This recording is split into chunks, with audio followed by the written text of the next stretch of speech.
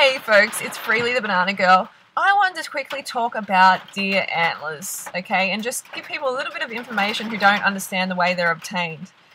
Firstly though, I'm just telling you where I am at the moment. I'm waiting for Harley. He's doing a 24k running race in the cold, in the rain, and like the conditions are just very, very cold. So I thought I'll make a video. And you know, the deer antler subject is really close to my heart, and I know I've been talking about it a lot lately. It's because it is important. You know, we have to speak up whenever we see an animal suffering. Some people have said to me, why don't you go after the big guns? You know, why don't you go after Monsanto and McDonald's? And I do that too. But if something's happening in my backyard, so to speak, like in the raw food movement, I'm going to go after that, definitely. I say we go after all animal exploiters. Okay, I really think they all need our attention. One animal suffering is too many. So that's why I am going after this so passionately. The disgusting way these deers are handled and this whole process needs to be exposed. And I can't believe these guys are actually selling this supplement. It is, to me, it reminds me of, you know, when the elephants get their tusks removed. Okay, the deer is still alive, but wow, there's some serious mental and physical damage done to the deer. Because I was reading about bucks and how attached they are actually to their antlers. Like, obviously they're attached to them, but especially during the velvet stage, when the velvet is forming. And this is a time when they get hacked off, because that velvet is the active ingredient in this deer antler, almost gold, whatever it's called. So that time, the buck is really, really attached to his antlers, and if you see him fighting, he will not use his antlers. He's protecting the velvet. He will use his hooves.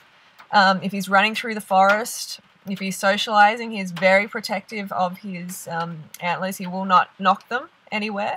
And it got me thinking, like, wow, you know, how much psychological damage is done to the deer after having his velvet antlers removed. Imagine that. He is so protective of them. He is so attached to them. It's kind of like forming his identity, and someone comes along and just hacks them off.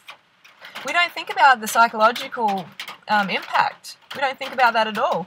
We're just like, oh, you know, there's physical damage, but how do we know how that is affecting him on an emotional level? We don't know, and we can never know, because we're humans and we cannot go inside the deer's head and work that out. We can only imagine. And for me, even having my hair chopped off is going to be some emotional turmoil, let alone a limb. Imagine me having a limb chopped off. Wow, that's life-changing. Okay, it grows back, but in that moment when the buck is so psychologically connected to the antlers, the damage is definitely, it's going to be lifelong damage. And having that consistently done every year, it's crazy. And to make this almost gold deer antler velvet, whatever wanky sort of name that they give it, you cannot get the antlers off the ground. They need to have the active ingredients from the velvet, so they cannot be picked up off the ground. Just be sure of that. And it is not a humane process. Several people, or you know, at least 2 men are needed to pin the deer down. They're injected with chemicals, and then a saw is used to cut it, like a bone. Like you would cut any bone, a saw is required. That is never humane. Never, ever humane. And man, David Wolfe, I am just so surprised that you would be selling this. I remember buying your book back in 2006 and, you know, really getting into it, being inspired by the motivational aspect of it, being a bit confused about some of the recommendations, which I still am today, but, you know, being overall inspired and thinking this guy is really into animals, you know, he's really passionate, he's a peaceful guy, and I was inspired. But now I'm like, what are you doing, man? You know, the almighty dollar, greed has just taken over. Just please connect with your heart. You know that this is the wrong thing to do. And for me, like, these guys can be courageous now and step up and go, okay, I'm going to take this off the list. You guys are right. I mean, you don't even have to say you guys are right, of course, but I think that would be really courageous, and I would have so much more respect for them if they did that. And I'm sure a lot of other people would as well, because we're up to about 10,000 signatures. Guys, what does that say to you? This is serious. You know, people are pissed off. They don't want this to happen anymore.